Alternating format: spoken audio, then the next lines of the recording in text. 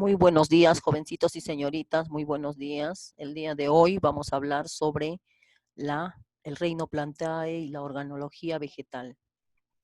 Como todos sabemos, las plantas son los seres que son base de la base de la vida, ¿no? Son organismos que van a permitir la vida en nuestro planeta. Van a permitir que los animales se alimenten.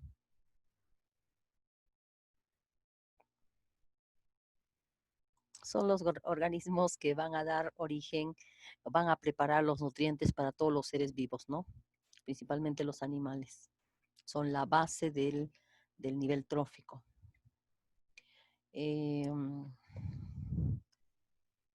Se caracterizan porque realizan la fotosíntesis. El organelo principal de la fotosíntesis, como hemos estudiado en las clases anteriores, son los cloroplastos, ¿no? Que se caracterizan porque tienen clorofila y pueden realizar la fotosíntesis. ¿Ya? Entonces vamos a hablar, como les he dicho, del reino vegetal. El reino vegetal está formado por las plantas y estas pueden clasificarse en las talofitas y las cromofitas. Las talofitas también se les llaman briofitas, son aquellas plantas que no poseen raíz, no poseen tallo ni poseen hojas. Tenemos, ejemplo, los musgos, que en vez de raíz, tallo, hojas, ¿qué cosa tienen? Tienen rizoides, tienen filoides y tienen cauloides, ¿sí? Parecidos a eso. Son aproximadamente de una altura de 1 centímetro, ¿no? Todos conocemos los musgos, ¿no? Generalmente están en los lugares húmedos y su reproducción puede ser sexual cuando participan los gametos y también puede ser asexual cuando hay la participación de las esporas, ¿ya? Por otro lado tenemos las cromofitas, que se caracterizan porque tienen raíz, tallo, hojas. También se les llama traqueofitas, ¿ya? También se les llama traqueofitas. Las traqueofitas pueden clasificarse en dos, con flores y sin flores, ¿ya? Con flores. Primero vamos a ver las sin flores, pero vamos a empezar de las más simples. Las sin flores son aquellas donde se encuentran los pteridiofitos. Esas plantas se caracterizan porque generalmente son plantas ornamentales, las cuales nosotros la utilizamos como plantas ornamentales, ¿no? No tienen flores, solo son verdes, pueden ser plantas de sombra, ¿no? Su reproducción es asexual mediante esporas y también puede ser sexual por cuando tiene gametos. No sé si habrán visto alguna vez un helecho, ¿sí? En la parte de atrás tiene una especie de bultitos negritos. En la parte de las hojas, en la parte del embés, ahí tienen unos abultamientos negritos a los cuales se denomina soros. Y estos soros, van a producir, se van a encontrar ahí, se denominan esporagios. Y dentro de esos esporagios vamos a encontrar las esporas, ¿no? Que sería una forma de reproducción asexual. Ahora, dentro de las plantas con flores, vamos a tener algunas flores que son completas y unas flores incompletas. Las flores incompletas no van a dar fruto. Las flores completas van a dar fruto. De las flores sin fruto son aquellas llamadas gimnospermas. Estas se caracterizan porque son plantas o árboles madereros. Se caracterizan porque son grandes. Las secuoyas, por ejemplo, en los pinos, ¿no? El eucalipto, son plantas grandes que no tienen fruto, ¿sí? Se caracterizan porque son madereros, se utiliza porque su tronco se utiliza para lo que es la fabricación de muebles. Mientras que Las plantas que tienen frutos se le llaman angiospermas, son las más avanzadas. Ojo, cuando estas plantas van a tener un fruto y ese fruto, su semilla, va a tener un solo cotiledón o dos cotiledones. A los que tienen un solo cotiledón se les llama monocotiledonias y a los que tienen dos cotiledones se llaman dicotiledonias. ¿Ya? Muy bien. Muy bien, vamos a ver sobre la organología vegetal. ¿A qué se refiere la organología vegetal? Esta se refiere al conjunto de órganos encargadas de mantener las funciones vitales. ¿Sí? Los órganos de los vegetales cumplen cada uno una función. Por ejemplo, como la de absorción, ¿no?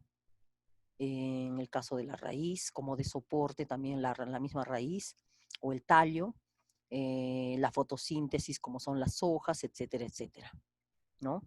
Entonces, el primer órgano que vamos a estudiar va a ser la raíz. ¿Qué cosa es la raíz? Este es un órgano de las plantas superiores, ¿no? Generalmente subterráneo y tiene aspecto cilíndrico, ¿no? ¿Cuál es la función de esta raíz? Absorber nutrientes, absorber agua, absorber minerales y conducirlos hacia al tallo, las hojas, ¿no? También pueden acumular nutrientes, ¿no? Y si va a fijar a la planta. Mientras más grande es la raíz, más grande será la planta por arriba, ¿sí? Puede guardar nutrientes como es la yuca. Recuerden que la yuca tiene bastante almidón, el camote, la zanahoria, tiene carbohidratos, el nabo, el rabanito. Entonces son raíces que se caracterizan porque almacenan sustancias como el almidón. Vamos a ver las propiedades de esta raíz. Esta raíz tiene propiedades como son el geotropismo. ¿Qué significa geo? Geo significa tierra, tropismo, orientación, ¿ya? Entonces, geotropismo es positivo. ¿Por qué? Porque se orienta hacia la tierra. ¿Estamos de acuerdo? Hacia abajo. Hidrotropismo. Ustedes saben que en el fondo del suelo hay agua. Entonces, también hablamos de un hidrotropismo positivo. ¿Sí? El fototropismo. Fototropismo viene de luz. La luz se encuentra hacia arriba, mientras que la raíz se va hacia abajo. Entonces, ahí hablamos de un fototropismo negativo. Termotropismo positivo. ¿A qué se refiere el termotropismo? Recuerden que la parte de al fondo está más caliente, porque ahí se encuentra el núcleo de la Tierra, ¿sí o no? Entonces, mientras más cerca al suelo está, es más calientito. Entonces a esos llamamos termotropismo positivo. La raíz crece en el suelo donde existe más calor. Vamos a ver la estructura o la anatomía externa. Vamos a ver la zona de cuello. Esta es la zona de cuello, ¿sí? Llamada también nudo vital, ¿no? Es una zona de transición entre el tallo y la raíz, ¿ya? ¿Qué más encontramos? Encontramos a la zona suberosa, zona adulta, ¿no? Que es la zona más superior, se puede decir que es la zona más superior de la raíz principal. Está relacionada con la fijación, ¿no? Que ejerce la raíz. Luego tenemos la zona pilífera. ¿Dónde está la zona pilífera? Donde están los pelitos, ¿no? Es donde están los pelos absorbentes. Su función es la capacidad de absorción. Ya tenemos la zona de crecimiento, que es la elongación o meristemático, porque está formado por tejido meristemático. Se ubica ahí se ubica, ¿no?, el cono vegetativo de crecimiento llamado cofia, ¿sí? Entonces, esta es la raíz principal, estas son las raíces secundarias. Esa es una raíz normal, ¿no? Ahora, vamos a ver cuáles son las funciones. Hemos dicho que tiene una función de fijación, se fija, va a fijar a la planta. absorción, porque gracias a los pelos absorbentes va a permitir la absorción de los nutrientes, del agua, de los minerales, etcétera. Circulación, en el medio de ella va a haber conductos que va a permitir trasladar, ¿qué? Trasladar el agua y los nutrientes. Y de reserva, que va a permitir, ¿qué cosa? Va a permitir almacenar sustancias como el almidón, azúcar, etcétera, etcétera. ¿Ya? En cuanto a la estructura interna, vamos a ver que tenemos tres zonas. El córtex, primero la capa externa, que es la exodermis, la endodermis, la capa media, y todo este grosor se llama córtex. Luego la parte de la médula, que es el cilindro central, y ahí se encuentran los vasitos, ¿no? Los vasos. Entonces, esa es una estructura de la interna de la raíz, ¿no? En la rizodermis, ahí encuentran los pelos absorbentes. Vamos a ver sobre las clases o los tipos de raíces, ¿ya? Tenemos, según su forma tenemos las raíces pivotantes. Se caracteriza ¿por qué? Se caracteriza porque tiene o predomina una raíz principal, ¿no?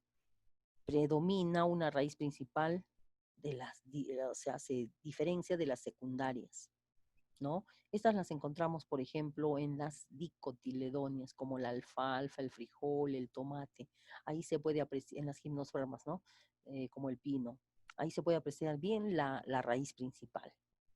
Ahora tenemos otro tipo de raíces que son las raíces fibrosas, ¿sí? Llamadas también raíces fasciculadas. Miren acá. Estas se encuentran generalmente en las plantas monocotiledóneas, como es la cebolla. A ver, imaginémonos una cebolla, cuando la sacan de la tierra, van a empezar a tener unas raicillas blancas, ¿no? Casi todos del mismo tamaño. Ahí no va a predominar una raíz principal. Entonces, ahí tenemos también el maíz, el trigo, la palmera, el cocotero. Y tenemos la raíz tuberosa, ¿sí? ¿Por qué se caracterizan las tuberosas? Porque van a almacenar agua, van a almacenar almidón y son más engrosadas, ¿no? No hay una raíz principal ahí, son más engrosadas. Se hallan en el nabo, en la zanahoria, en la dalia, en la mandioca, etc. En la yuca, en el camote, en la maca, ¿ya? También podemos tener otra clase según su origen. Las embrionarias, ¿no? Tenemos las adventicias, las embrionarias, las adventicias, y así una diversidad de clases de raíces, ¿ya? Vamos a hablar de otro órgano muy importante como es el tallo. El tallo es un órgano de soporte, ¿no? De las demás partes de la planta, ¿sí? Por ejemplo, las ramas, las hojas, las flores, los frutos, las semillas. Entonces, todo esto va a soportar el tallo. El tallo cumple funciones de soporte, también va a permitir lo que es la conducción, porque va a permitir el traslado de la savia bruta, savia elaborada, a través del xilema y del floema. Va a permitir también la respiración, el intercambio gaseoso en las lenticelas y estomas, ¿ya? También va a permitir lo que es el almacenamiento, ¿no? Cuando tiene material de almacenamiento como es la papa, ¿no? La cebolla, los bulbos, que van a almacenar diferentes nutrientes. Algunas van a realizar la fotosíntesis. Cuando el tallo carece de hojas, esta va a permitir ¿qué cosa? Realizar la fotosíntesis. Esta va a permitir realizar la fotosíntesis. Vamos a ver las propiedades. Geotropismo, se va para arriba, entonces negativo. Fototropismo, para arriba, positivo. Hidrotropismo, negativo. Y termotropismo, también negativo, porque recuerden que es todo lo contrario a la raíz. ¿Ya? Vamos a ver la anatomía externa. La anatomía externa, como ustedes pueden ver, acá tenemos unos nuditos, ¿sí? Nudos, nudos, nudos. Y los espacios entre nudos se llama entre nudos, ¿no? Es el ensanchamiento de la distancia, ¿no? Que hay entre dos nudos, ¿no? Ahí se encuentran las yemas laterales. Y las yemas son un cúmulo de ¿qué? De tejido meristemático. Ojo, las yemitas son un cúmulo de tejido meristemático que va a permitir el crecimiento de las plantas hacia los costados. Y la yema terminal que va a permitir el crecimiento de la planta en altura. Muy bien, vamos a ver la anatomía interna del tallo, ¿no? Se caracteriza porque tiene una cubierta, ¿no? Esta cubierta, que es la epidermis. Luego tenemos la corteza, ¿no? La corteza, que está formado ¿por qué? Por el tejido parenquimático, por la endodermis, por la colénquima, la esclerénquima, ¿sí? Entonces todo eso va a corresponder ¿a quién? A la corteza. Luego tenemos lo que es el cilindro central, ¿no? O la médula también se le llama. Ahí vamos a encontrar qué cosa, los sistemas conductores. Miren acá, ahí encontramos los sistemas conductores, los sistemas de conducción, ¿no? Correspondiente al floema, está constituido por paredes duras. Y también el xilema, que va a estar constituido por vasos leñosos, por vasos leñosos. Muy bien, continuamos. Vamos a ver las clases de tallos, ¿no? Tenemos diferentes tipos de tallos, así como la del árbol, ¿no? Que tiene un tallo principal, la estipe en forma de estipite, como la de los palmeras, en forma de caña, ¿no? Ejemplo, la caña de azúcar en forma de arbustos, cuando los tallos tienen diferentes, o sea, bien ramificado, ¿no? Cuando es bien ramificado, en forma de cladodio, como es los cactus, ¿no? En forma de estolón, como es en el caso de las fresas, y en forma de hierba. Entonces, esos son los diferentes tipos de tallos. Muy bien, continuamos ahora. Tenemos otro órgano que es la hoja. La hoja se caracteriza porque es el órgano que va a encargarse de la elaboración de los nutrientes de la planta, ¿no? Va a fabricar los nutrientes de la planta. Su unidad funcional se encuentra en el embés, a la cual se denomina estoma. El estoma son dos células epiteliales que van a formar un orificio, a lo cual se denomina ostiolo, y va a permitir el ingreso y la salida de los gases. ¿Ya? Se caracteriza porque tiene la parte de adelante se llama el haz, la parte de atrás se llama el embés, presenta nervaduras, un margen, ¿no?